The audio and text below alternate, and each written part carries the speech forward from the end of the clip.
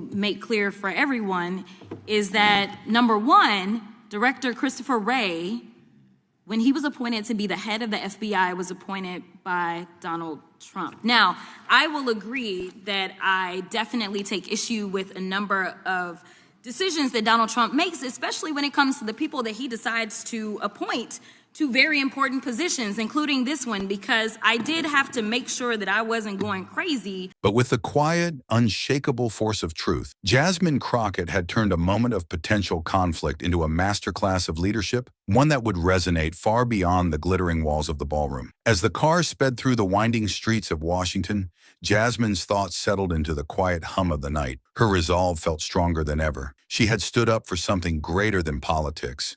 She had stood for integrity, for fairness, and for a call to action that didn't need to be loud to be effective. Like many of my fellow millennials, I do not consider myself categorically Republican or Democrat. More than party affiliation, I vote based on what I believe is right for my family and for my country. Sometimes it's a tough choice. That is not the case this time.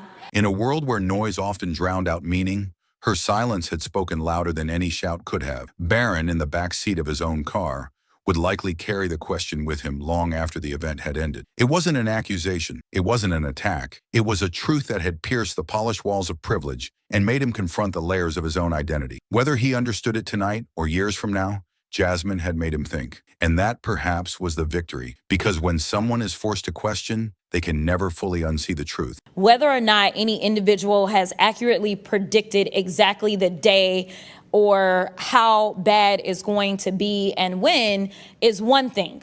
But the reality is that as I was listening in, while I wasn't physically here, I was tuned into the hearing, I will say that even the Republican witnesses admitted that we are heating up. Ivanka, too, would likely never forget the weight of that evening. She had used her well-rehearsed charm to command the room, but it was the simplicity of Jasmine's calm honesty that had dismantled her words. The echoes of Jasmine's final remark would follow Ivanka in ways she couldn't predict. It wasn't the first time a Trump had been confronted with uncomfortable truths, but it was a moment when the power of restraint had proven more potent than the allure of polished rhetoric. The night had begun with high expectations, with people standing on their carefully constructed reputations, confident in their ability to navigate the room. But it had ended with an unexpected shift, a shift that didn't come from grand gestures or loud applause. It came from one woman's ability to speak plainly, to stand firm, and to call out the hidden fractures beneath the surface. When the night ended, as guests filed out and the lights dimmed, it wasn't just the powerful words that hung in the air. It was the realization that sometimes the greatest leadership comes not from the loudest voice, but from the one that quietly and steadfastly calls out what is true. Jasmine Crockett had walked into that ballroom with a clear purpose, to make her voice heard, but not through the typical channels of aggression or conflict. Instead, she used the moment to underscore the responsibility of leadership.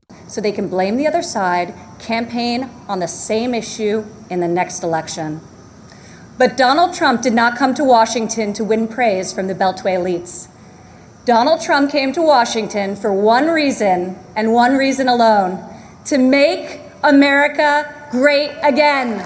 One that doesn't use grace as a weapon, but as a platform for honesty, respect, and truth. The evening would be remembered for many things, but above all, it would be remembered for the way one woman held the weight of a room without ever needing to raise her voice. And in that space, as the night concluded and the guests dispersed, the story of the evening had been written in silence, strength, and the power of truth that would linger far beyond the walls of the National Civic Hall. The car glided through the calm streets of Washington, its engine humming softly against the backdrop of a city still buzzing with the aftermath of an unforgettable evening. Inside the vehicle, Jasmine Crockett sat in stillness, her mind processing the events that had unfolded. The night had started as a polished political gala, an evening meant for well-timed speeches and quiet applause. But as the tension between her and Ivanka Trump had escalated, the evening had evolved into something far more profound. Jasmine had seen the moment clearly. It wasn't about winning a petty battle or gaining the upper hand in a typical political sparring match. It was about exposing the deeper truths beneath the surface. Ivanka's calculated, polished speech, her attempt to position herself as the embodiment of of grace and leadership had been met with Jasmine's unyielding, precise response. The contrast couldn't have been starker. Where Ivanka had masked her words with politeness and privilege, I'm not done. Trump also pardoned Mr. Andrew Taki, who sent nudes to an undercover law enforcement officer who was posing as a 15-year-old girl. Mr. Casey Hopkins also received a pardon from Trump, and Mr. Hopkins was convicted of forcible rape. Jasmine had laid bare the truth with calm, unwavering strength. As her car made its way through the city, Jasmine reflected on her role in that exchange. She hadn't raised her voice, hadn't made a scene, but she had made an impact. In a room full of powerful figures, where alliances were more important than convictions, her words had cut through the tension with surgical precision. In the space of just a few sentences, she had exposed not just the flaws in Ivanka's rhetoric, but the larger issues of privilege, race, and class that often go unspoken behind closed doors. The way she had confronted Ivanka wasn't just a political jab, it was a reminder of the power of authenticity in the face of elitism. Meanwhile, Barron Trump, still reeling from the events in the ballroom, sat silently in the back of his own car. The image of Jasmine's calm gaze, her composed yet powerful words, had etched itself into his memory. It wasn't anger or aggression he felt. It was confusion, a sense of being shaken by something that didn't align with the world he had been raised to understand. His sister Ivanka had always been the epitome of grace, someone who used her carefully cultivated image to move through the world without ever having to truly engage with the discomfort of others. But Jasmine's words had disrupted that. They had made him question things he had never considered. Who was really in charge of shaping his identity? What did it mean to lead when your power was rooted in privilege? And, most haunting of all, who truly shaped his life? The mother who had raised him, or the family legacy that loomed large over his every move? As the car rolled through the streets, Barron felt an unfamiliar tightness in his chest. He had been raised to believe in the power of image, of control, of staying above the noise. But Jasmine's calm reflection had broken that carefully constructed illusion. For a brief moment, he had seen a flicker of something more, something real, beneath his sister's composed exterior. Jasmine had made him question what it meant to stand in the light of power, but also what it meant to truly be seen. Ivanka, on the other hand, was less reflective. Her mind raced, calculating her next move, as she stared out the window, trying to compartmentalize the discomfort she felt. The polished image that had served her well for so long now seemed fragile. Jasmine had found a way to shift the focus away from her carefully crafted persona. She had used her calm to shatter the illusion of control, revealing the cracks beneath Ivanka's graceful exterior. Ivanka had prided herself on being the voice of moderation within the Trump family, the voice of reason. But tonight, Jasmine had exposed the hollowness of that stance. Her calculated remark about grace under pressure was supposed to be a rhetorical triumph, but it had fallen flat. The audience had seen through it. Ivanka knew that her control over the room had slipped. The question now was whether she would take responsibility for the moment or retreat further into the silence that had become her defensive shield. As the night wore on, the impact of the evening reverberated through the ballroom. Guests lingered, talking quietly amongst themselves. Some tried to shake off the weight of the confrontation, but the underlying tension remained. Jasmine's words had echoed in their minds, forcing them to confront a truth they often chose to ignore. Even those who had once supported Ivanka's carefully managed image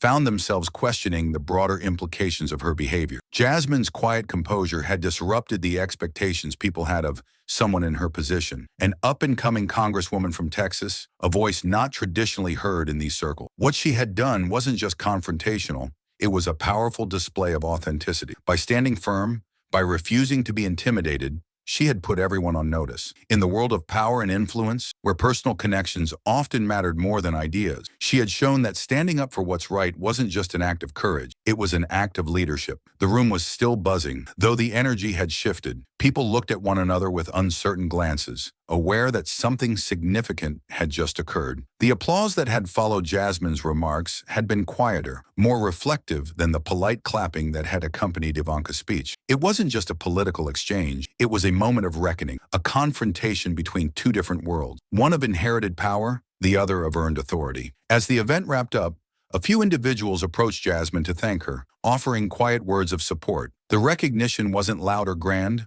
but it was genuine. The retired ambassador who stopped by, offering her words of appreciation, was just one of many who saw in Jasmine the embodiment of what leadership could and should look like. She didn't need to shout to be heard. She didn't need to play the game of polished appearances. She just needed to speak her truth, and in doing so, she had won the night. Outside, the cool air felt like a balm after the intensity of the evening. Jasmine's car glided through the quiet streets, and for a moment, she allowed herself to breathe. She wasn't thinking about her own victory. She was thinking about what her words had meant, not just to the people in the ballroom, but to everyone who had ever felt silenced by the polished rhetoric of the powerful. The power of truth, spoken with clarity and conviction, had the ability to shake foundation. And tonight, Jasmine had done just that. Back in the Trump family's black SUV, Barron remained lost in thought. He couldn't shake the image of Jasmine's calm face, the way she had confronted him with a question that seemed to echo in his mind. Who's really your mom? It wasn't just a challenge to his family, it was a challenge to his understanding of who he was